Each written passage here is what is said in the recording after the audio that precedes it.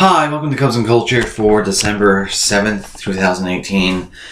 Brandon Morrow is down for the first half of the season because he had elbow surgery. So, yay. It's not a huge deal. They had to rebuild the bullpen anyway.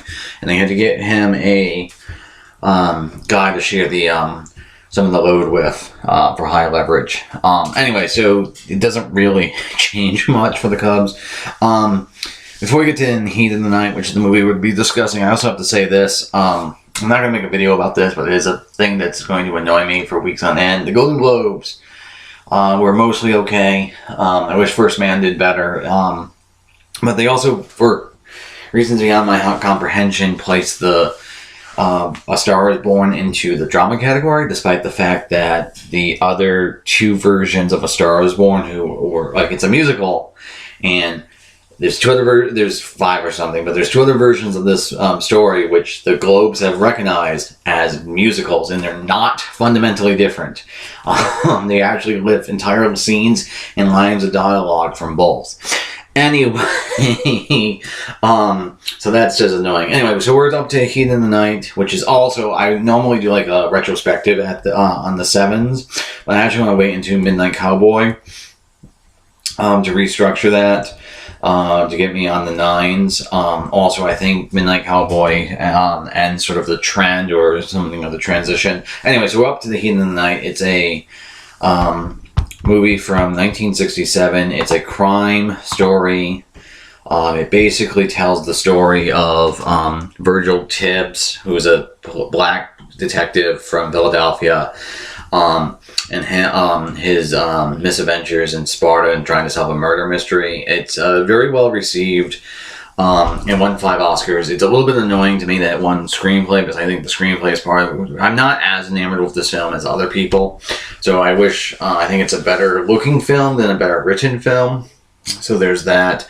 I'm also just kind of a weird sort of irony of this is the you might not know the film, but I'm sure people know the lines. This is the line where Sidney Poitier, this is the movie where Sidney Poitier has that line, "They call me Mr. Tibbs," because the movie, even though it's structured like a murder mystery, it's mostly about racism in Mississippi in the 60s, and that's pretty much the lines I'm going to talk about. But, well, one of the things that's somewhat annoying is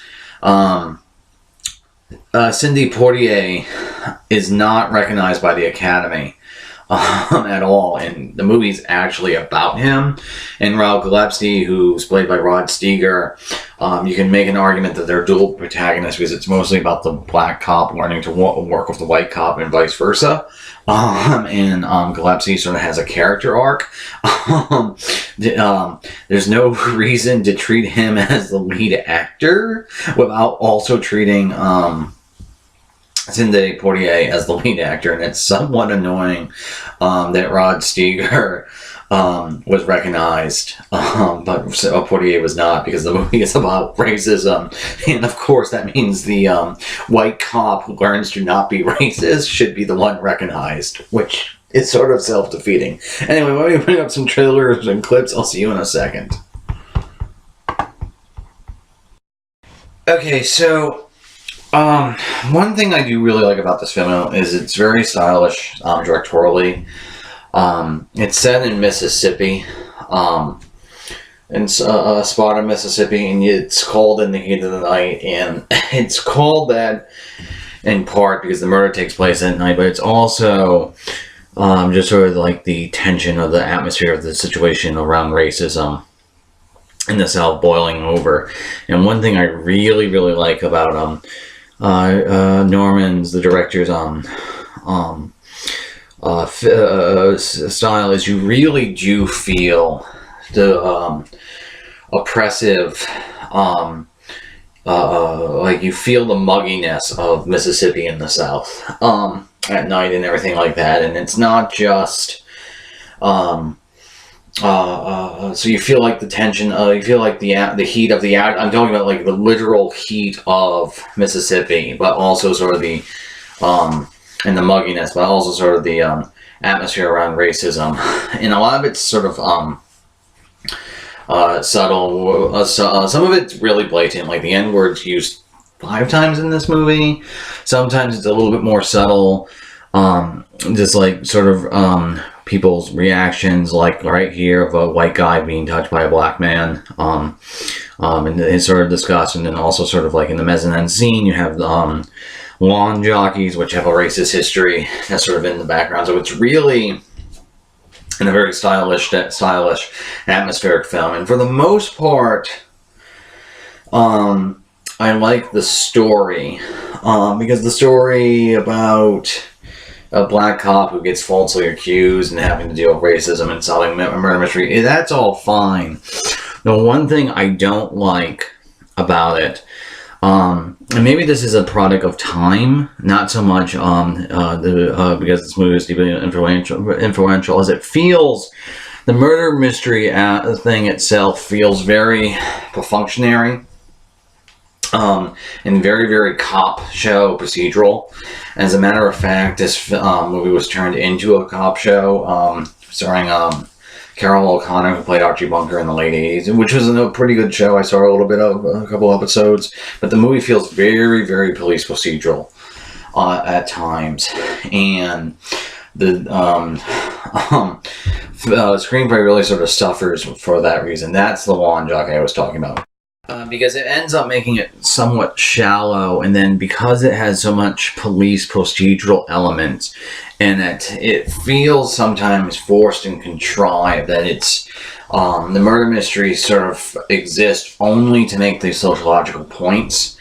And I think this scene is sort of a good example of that, because this is the corrupt, because the guy who was murdered was going to bring in a factory, and he was going to hire 50% African-American workforce, and this guy is sort of like the landed gentry who's corrupt, and he's a suspect because he was opposed to hiring all those African-Americans, etc. And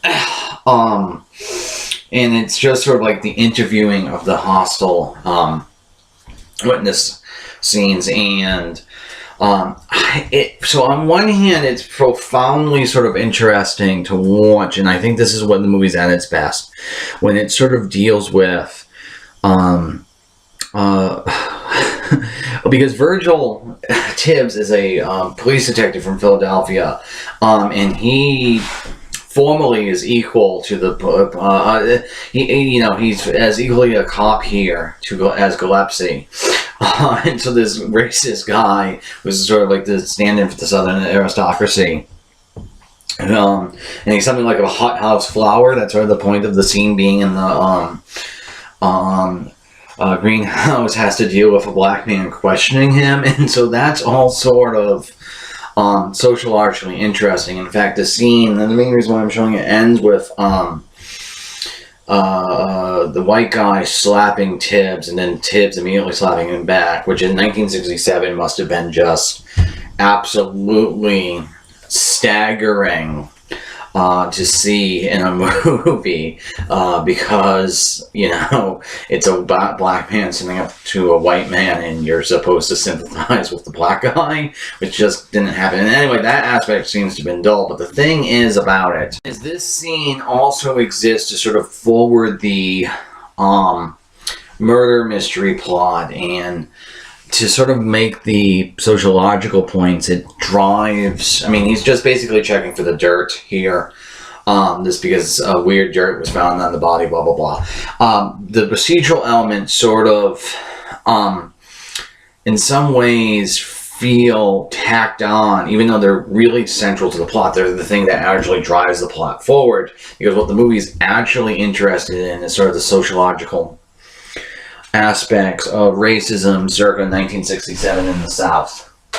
And there's just the procedural elements don't really, so they feel like mere scaffolding, like the murder mystery exists only for the benefit of the sociological points, and then there's certain twists in it, like the pregnancy and then the abortion, which happens at the end, which is how they get solved. It feels in some ways tacked on, that the mystery itself isn't quite good enough to sustain the sociological point, so it feels really forced. And so this movie ends up, to me, despite being very stylish visually and very stylish, with very well acting, this is where the slap's about to happen, and it's absolutely shocking. It feels very much like a very well written and well made TV movie that's a pilot for some like a cop show, a police procedural, which sort of bothers me. I kind of like, because it's not like, in some ways it feels not waiting enough to be a best picture, or even like a theatrical film. It feels very much like a setup to a longer sort of story, a procedural sort of cop show. Because you can imagine, like, this guy in like 3 seasons now is actually going to be friends with Tibbs because they've come to understand each other, etc. And so it feels less, so the screenplay isn't substantial enough to be like, it's a good screenplay, it's a good story, it's just not very weighty in the end. I also have to say this, I really like this moment because this guy, he's going to feel like he's been absolutely abused, but he hasn't been. He's like, Tibbs was within his rights to return the slap, as far as I'm concerned. But he feels like he's being oppressed because he's no longer allowed to basically lynch Tibbs. Okay, so the other thing that sort of bothers me, and I also sort of like, is the relationship between Gillespie and Tibbs. Steger and the screenplay do a well job of humanizing the bigoted sheriff and his coming to understand and admire or work with or sort of like Tibbs. That's all sort of believable. And Steger, I didn't show it, but there's certain scenes in this movie where he's an absolute asshole and racist prick to Tibbs. And Steger plays him with just enough humanities in those scenes that this sort of character arc where they're now sort of buddies. They've reached seeing an understanding. Works, and I like that. Now, the issue with it, again, kind of going back to my sort of main complaint about this movie being sort of a police procedural, is that it's a very common trope of antagonistic cops solving a mystery, therefore they then become friends. So there's that, and it doesn't feel quite weighty enough as it should be in the story. But the other thing that sort of bothers me sociologically is racism isn't just about individual attitudes. It's a systemic, and so it's economic conditions, it's landed gentry, it's the content of the law, it's power and privilege and all those sort of things. But this trope of a single racist becoming slightly less bigoted makes it sound like the way to solve racism is to befriend racists or overt racists, and that's not really how it works. And again, this is one of those things where if it was one or two stories that sort of had this trope, the redemptive arc for a racist by learning to be not racist, he becomes a better person. Like if it was one or two films, that would be okay. But sort of structurally in our media, because that's always how it seems to be portrayed, is that racism is solved by bigoted attitudes, not on a case-by-case thing of the white people becoming slightly less bigoted. Like that trope is problematic because it makes it seem like the way that everyone racism is, like, it makes racism seem like a personal problem as opposed to what it actually is, which is a systemic issue. And this movie sort of hints and flirts with it being systemic because the way in which Tibbs just, everyone deals with him badly, and he gets threatened, etc. But then it sort of tacks on Gillespie's character arc, so it doesn't fully gel the way you would want. Now, with that being said, I also think this scene is really good for Steger, because it shows sort of the humanity, and I really like how he gets a moment to stand up to Tibbs for a second by not pitying, by saying, I don't want pity. So that's going to be Cubs and Culture for December 7th. Have a good day. I hope this one was better. Have a good night. Day.